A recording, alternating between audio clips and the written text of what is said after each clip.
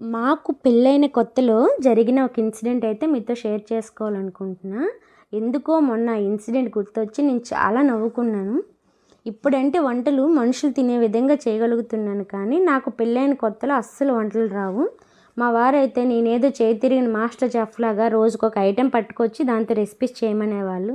నాకు తెలియకపోయినా అత్తనో అమ్మనో అడిగి మరీ తెలుసుకొని ఆ రెసిపీస్ చేసేదాన్ని. ఒకరోజు మా వారు ఇడ్లీ చేయమన్నారు. ఎప్పటిలాగా అమ్మని అడిగి ఆ రెసిపీ ఎలా చేయాలో తెలుసుకొని చేశాను. నిజం చెప్పనా, ఆ రోజు చేసిన ఇడ్లీ గోడకేసి కొట్టినా కూడా విరిగినంత గట్టిగా వచ్చింది. ఆ రోజు నాకేం అర్థమైందంటే, ఒకళ్ళు చెప్పినా కూడా కొన్ని రెసిపీస్ మనం చేయలేము. చెయ్యాలనుకున్న రెసిపీ 1 or 2 times చూస్తే కానీ చేయలేమనే ఒక అభిప్రాయానికైతే నేను వచ్చాను. ఆ రోజు జరిగింది ఒక మెమరీలో మిగిలిపోయింది నా లైఫ్లో. అయితే మెమరీలో అన్నీ గుడ్డే ఉంటాయి, అలాంటి బ్యాడ్ కూడా ఉంటాయి. ఏమంటారు?